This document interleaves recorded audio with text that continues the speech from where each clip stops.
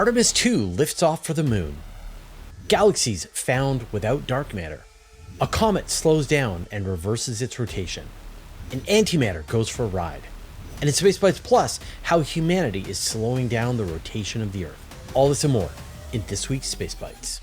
After a series of delays, Artemis II blasted off. Now, the Space Launch System launched from the Launch Pad 39B at the Kennedy Space Center at 6:35 local time in Florida. On board, we've got 4 astronauts, Reed Wiseman, Victor Glover, Christina Cook, and the Canadian astronaut, Jeremy Hansen. Yes, I'm excited that there's a Canadian astronaut going around the moon. I am completely biased, and that's fine. So this is the second mission as part of the Artemis program. You know, obviously the first one was the one that we saw, I don't know, 50 years ago, maybe, where you had an uncrewed Orion capsule go around the moon. It spent the better part of a month in the environment around the moon, and then it came back home. This time, they're just going straight to the moon, falling back down to the Earth. They're doing a flyby. They're doing a recreation of the Apollo 8 mission. They're demonstrating that all of the life support on this capsule works as planned. We got the launch yesterday. They took off. They went into orbit and did a pair of maneuvers that were designed to circularize the orbit and get it in preparation for a translunar injection. As they were in between one of the orbital operations and another one, they got a warning light telling them that their toilet was offline. This is a disaster. But the good news is they were able to get it operational again, and so they will have a toilet for their mission to the moon. And so Thursday night, they performed a 5-minute, 49-second burn that changed their velocity and put them into a translunar injection to go to the moon. Just to give you a sense of the overall timeline, they launched on Wednesday, and then Thursday night, they did the translunar injection. Then it's going to take them 3 days to get to the moon. Then they're going to fall back to the Earth 3 days after that. And so the whole mission is going to take about 10 days. But a week from now, on next week's Space Bites, the mission will almost be over, which is very different from the Artemis 1 mission, which went on for week after week after week. Obviously, this is very exciting. This is the farthest that humans have been from the Earth in nearly 6 decades. We are going back to the moon. And hopefully this time it'll be to stay. NASA announced that they're working on a new drone program that's going to be going to the moon. They're calling it Moonfall Drones. And I'm sure you're thinking, wait a minute, how can drones work on the moon? There is no atmosphere there. And you are right, there is no atmosphere. So instead, these will be autonomous hoppers that will be filled with fuel, and then they will hop across the surface of the moon. Each one of these hoppers potentially can go an entire 50 kilometers distance. And so they will probably do a cycle of about 150 seconds where they take off the surface of the moon, travel horizontally, maybe up to a distance of about 1 kilometer off the surface of the moon, and then come back down, land, and then do another hop. And with each one of these hops, they will be able to cross all of the intervening nasty terrain, all of the ravines and the boulders and so on, but also give really high resolution images of the terrain that's around them. And of course, this is going to be really useful for future missions where you're actually going to have humans that are going to be navigating around looking at the interesting spots, especially, say, the permanently shadowed craters on the moon. And one of the big challenges NASA is looking at is how do you make these things survive the lunar night? We know that the 14 days of dark and cold is a death sentence for many of the missions that go to the moon. But this is just one example of the fleet that NASA is planning on sending to the moon. We talked about this last week, that NASA is planning on sending dozens of robotic landers to the moon over the next year. You know, this is part of their ignition program. We should see a lot more of these kinds of announcements over the coming year. Really interesting landers, rovers designed to help map and prepare the way for a human return to the moon. Astronomers using the Hubble Space Telescope have found a comet that has slowed down its rotation, stopped, and then sped up in the opposite direction. The comet is called 41P Tuttle-Giacobini-Krajcik, or 41P for short. This comet started out in the Kuiper Belt, and then about 1,500 years ago, it ended up in its current orbit that is bringing it into the inner solar system. Probably kicked into its current orbit by Jupiter. Hubble also measured the size of the comet, only about 1 kilometer across, so it's not very big. And so now it takes about 5.4 years to orbit around the sun, bringing it to its closest point in the solar system. And so astronomers were watching it during the last close passage, the one back in 2017, and they could see that its rotation was slowing down. And then they did follow-on observations with the Hubble Space Telescope, and it was now spinning in the opposite direction. And so what must have happened is that there are jets on the comet that start to blast out material as the comet gets closer to the sun as it heats up. And so one of these jets was pushing it from the side, and that caused it to slow down the rotation that it was doing till it stopped, and then start to go in the new direction that the jet was pushing it in. And this process has been theorized, but now we're sort of seeing this in real time. And it's believed that this could be the reason why some comets get destroyed. They've got some kind of jet that is not balanced, spins the thing up, it starts spinning so quickly that it eventually tears its nucleus apart, and then it just is gone. Imagine what the hype would have been if Comet 3i Atlas had done that, had a new jet show up and changed its spin rate. I'm sure we would still be talking about it. But yet, this is a thing that comets can do. So don't be surprised if an interstellar object does something like this too. Dark matter is the majority of the mass in most galaxies, but we're learning that it's not evenly distributed, that there are galaxies with an overabundance of dark matter in them and galaxies with almost no dark matter in them. And the evidence for this comes from gravitational microlensing. You can see how the gravity of the galaxy is bending the light, allowing you to calculate how much mass is in it. You can count up the stars and you can figure out how much dark matter remains. And in 2018, astronomers found a really strange galaxy called NGC 1052 DF2. This galaxy seems to contain only stars and not very much dark matter. In fact, it doesn't contain a lot of stars either. You can actually see galaxies through this galaxy. And when they calculated the amount of dark matter that was present in this galaxy, they found there was very little. And this is sort of a blow against this alternative theory to dark matter, which is called MOND, modified Newtonian dynamics. The idea is that, we just don't understand how gravity works at the largest scales, that the way you can explain the rotation curves of galaxies, you just add extra parameters to gravity at the larger scales, and you can sort of change the math, and that explains them. But that assumes that you're going to have the same amount of this modified gravity just to go along with whatever is the mass of the galaxy. But you've got these situations where there are galaxies with very little dark matter. And so they're calling this the bullet dwarf. And this is a reference to the bullet cluster, which is this famous example of galaxy clusters where the dark matter and the stars and the gas have been stripped away from each other. And so in the bullet cluster, the way this works is you have these clusters of galaxies that fell into each other. And because the stars are these points, they very rarely will actually collide with each other. And so the stars pass right past each other, like clouds of bees. The dark matter has no cross-section either, and so the dark matter passes through itself as well. But the gas does have a cross-section. The gas piles up in the places where these galaxies are colliding. And then later on, that gas turns into stars. So you essentially have dwarf galaxies that have no dark matter in them because the dark matter passed through itself and it didn't pile up in the place where this gas is. And so now astronomers have found another example of this that is a little bit closer to home. And in fact, they found a string of these ultra diffuse galaxies, which are essentially galaxies made from the combined gas when there was some kind of collision. And what the astronomers think is that there was this really high velocity collision between two galaxies, where one galaxy plunged through another galaxy. And the gas in the main galaxy and the galaxy that collided with it then left behind these pockets of gas. And then those pockets formed stars, but there's no dark matter in them.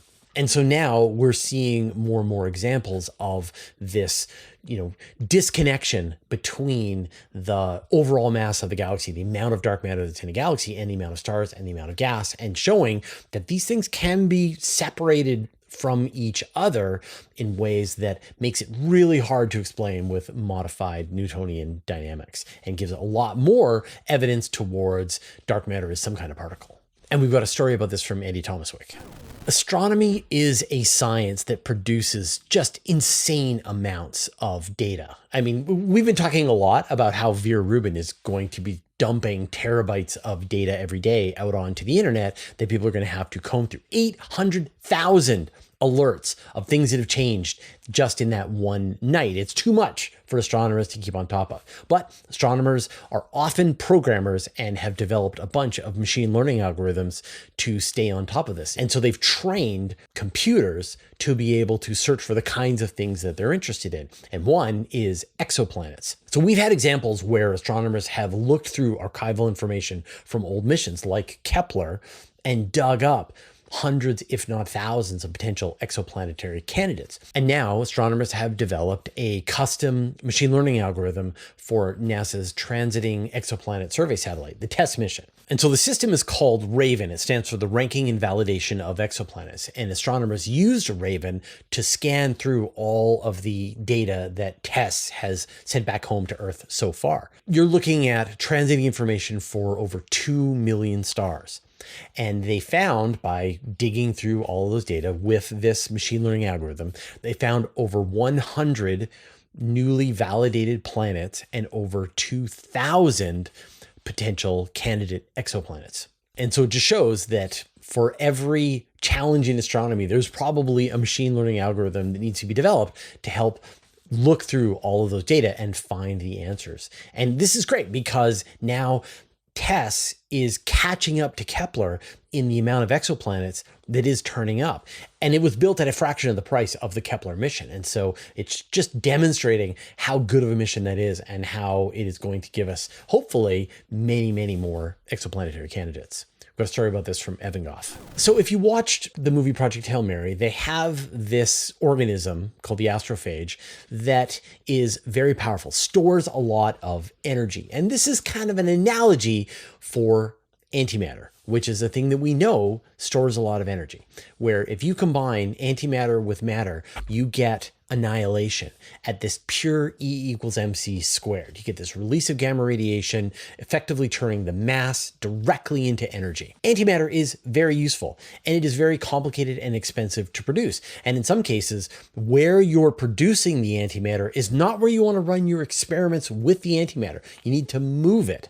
But the challenge is, how do you move a thing that if one particle of antimatter touches a particle of matter, it annihilates and it's gone? Places like CERN, they actually have what they call the antimatter factory, where they actually produce particles of antimatter. Now, the challenge is that you are producing this antimatter as the result of a collision between particles. And so things are moving very, very fast. And they actually have two devices attached with that. One is called the antiproton decelerator, and then they have the extra low energy antiproton ring. So they are catching these particles of antimatter, slowing them down, and then putting them carefully into this trap that they can then use for experiments later. And they've actually kept antimatter in storage for up to a year and then using it in an experiment later on. So we're getting much better at manipulating antimatter. And so scientists at CERN have built a containment facility. It allows them to put antimatter into a magnetic trap that's super cooled and allows them to actually move the antimatter around. And they did a demonstration where they put this antimatter trap into a truck, drove it across the facility at CERN, pulled it out, took it into a different instrument, and were able to actually use the antimatter. And this is a demonstration, it's sort of a proof of concept that you can actually take antimatter on the road with you. I mean, you put antimatter into a container, what could possibly go wrong? And if this works, then you can take this stuff even farther. You can take this, say, hundreds of kilometers from where it's being produced in something like, say, the Large Hadron Collider to another facility where you need to be able to work with it and do experiments. But the part that I think is really exciting is that if we want to build, say, interstellar spacecraft, we need to be able to produce antimatter at scale, store it, and then move it onto our spaceship, and then take our spaceship to another star system, all the while not letting this antimatter touch the side of the containment bottle and be able to pull it out as we need to be able to accelerate our spacecraft. And so is this us moving towards our interstellar future? Who knows? But it's very cool that they're moving antimatter. Every week we do a vote on our channel where you tell us what you thought was the best space news story of the week. And the winner last week was NASA's ignition announcement. So thank you everyone who voted last week. Once again, we will put the vote for this week's stories up onto the post tab the same time that we post the video. Go in there, find this poll, vote, and let us know what you thought was the best story of the week. Now, of course, the best chance to see these polls is subscribe to the channel. Click on the notifications bell. Obey the algorithm. One of the problems with launching satellites is that they can run out of propellant. The entire satellite is working fine. All of its instruments are still going, but it no longer has the propellant for station keeping, for orientation, and so it's effectively dead. But various companies have been working on ideas to be able to refuel satellites. Now, these have been done through various state operations, but now a private Chinese company has demonstrated some of the underlying technology to be able to refuel a satellite in space. So the company's called Sustain Space, and they launched their new satellite, which is called the Xiyuan-0, on March 16th, 2026. And, this wasn't actually refueling any existing satellite, but it was demonstrating a bunch of the maneuvers. So it's got this refueling arm, and they pulled it out and had it go through a bunch of the operations that it would go through in refueling. So it's testing out methodologies for in-space servicing and refueling. They had a little mascot on board from Weibo, which is a Chinese, it's like Chinese Twitter. And then once all of the tests are complete, they're going to inflate an airbag, a drogue chute on the spacecraft that will then cause it to deorbit rapidly and burn up in the atmosphere. And so this is sort of like a first test for how you could start to refuel satellites privately. You can imagine this future where some satellite company have got a multi-million-dollar satellite that is working well, but it is out of fuel. And so they can call for a refueling mission. The spacecraft will show up, deliver more propellant to the spacecraft, and then deorbit itself to get out of the way and not create more space junk. When there's a permanent human presence on Mars, what are they going to eat? Now, if you've watched The Martian, you probably remember the poop potatoes that he had to grow. And this is because while there is the regolith, which is the crushed up rock on Mars, you don't have the organisms in the soil that plants need to be able to survive. And so you need to generate some kind of organic material. And in The Martian, it was poop. But there's probably cleaner ways to be able to do this. So researchers in Germany came up with an experiment where they wanted to see if they could use cyanobacteria to generate fertilizer.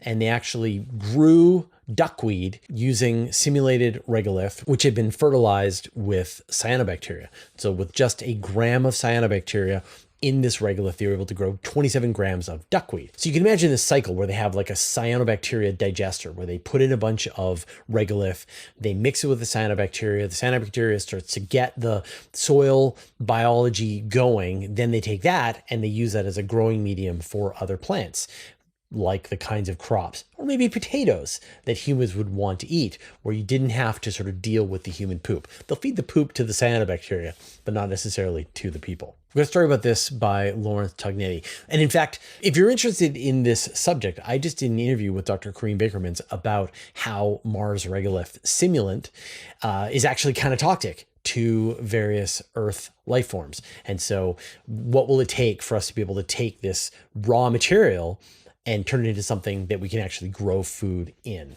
And so that interview is probably going to be showing up in the next couple of weeks. So stay tuned for that. And that's why you should subscribe. And finally, we've got some beautiful pictures. And this is a series of images which are taken by the Chandra X-ray Observatory as well as other observatories like Hubble, James Webb, Spitzer, so on. And this is a series of images focusing on stellar nebulas. So these are places where new stars are forming. And the Chandra portion of these images is in purple. This is the X-ray radiation that is coming from these new stellar nurseries, the really hot X-ray radiation. So we've got the Pelican Nebula, the Cat's Paw Nebula, NGC 346, the Flame Nebula, Westerland 2, and Cygnus OB3.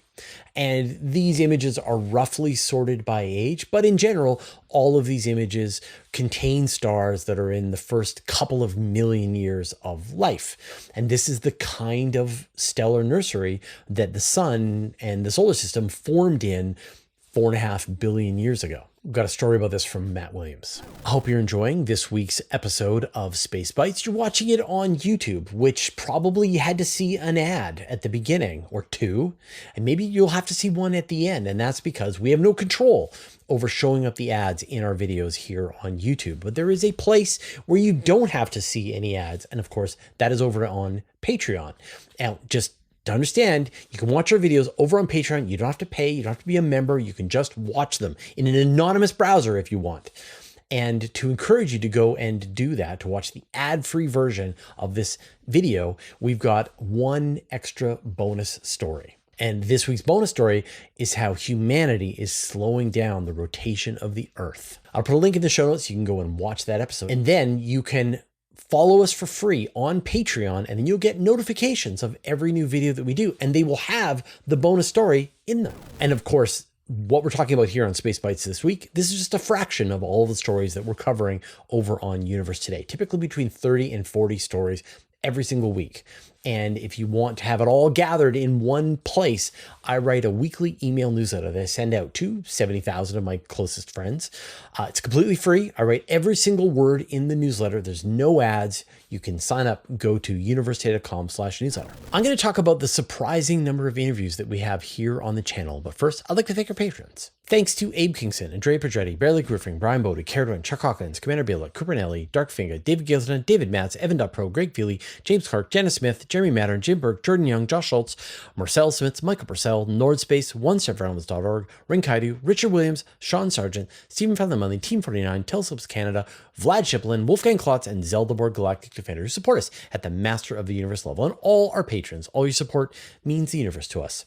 So I got a comment a couple of days ago about someone who was surprised that there was an interview with Dr. Matt O'Dowd from PBS Spacetime, who is one of the most beloved channels in the space here on YouTube. And in fact, this is the second time that Matt and I have done a collaboration. In this case, I was interviewing him about his work as a black hole researcher. And it's you will not be surprised to find out he has some really great ideas about how we can study black holes.